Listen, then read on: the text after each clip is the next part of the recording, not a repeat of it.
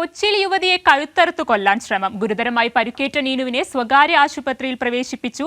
സംഭവത്തെ തുടർന്ന് നീനുവിന്റെ ഭർത്താവ് ആർഷലിനെ പോലീസ് കസ്റ്റഡിയിലെടുത്തു. എറണാകുളം ഇടപ്പള്ളി ടോൾ ജംഗ്ഷന് സമീപമുള്ള AKG റോഡിലാണ് സംഭവം. രാവിലെ ഏകദേശം 9:30ഓടെയാണ് സംഭവം നടക്കുന്നത്.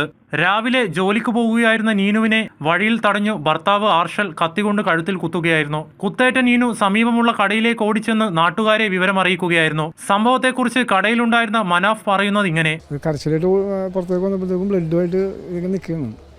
ഉറക്കണ കരയുന്നുണ്ട്. അച്ഛൻ്റെ നമ്പർ പറയുന്നുണ്ട്, അച്ഛനെ വിളിക്കുന്നു പറഞ്ഞുകൊണ്ട്.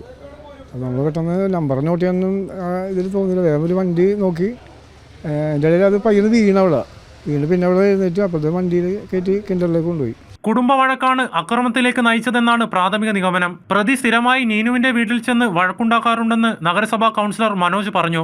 കഴിഞ്ഞ ഒരു വർഷത്തിലേറെയായി ഭാര്യ ഭർത്താവാണ്. ഇവർ രണ്ടുപേരും പിരിഞ്ഞ് താമസിക്കുകയാണ്.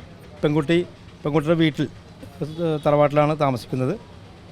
ഇടയ്ക്ക് ഈ പറയുന്ന ആഷ്ലി ഇപ്പോൾ കുത്തിയ ആൾ ഭർത്താവ് 2-3 തവണ വീട്ടിൽ വന്നിട്ട് സമാനമായ രീതിയിൽ ബഹളമൊക്കെ വെച്ചിട്ടുണ്ടായിരുന്നു.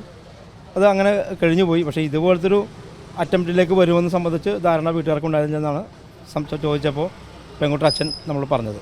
അക്രമത്തിന് ശേഷം പ്രതി നേരിട്ട് കളമശ്ശേരി പോലീസ് സ്റ്റേഷനിൽ ചെന്ന് കീഴടങ്ങുകയായിരുന്നു. കൈരളി ന്യൂസ്, കൊച്ചി.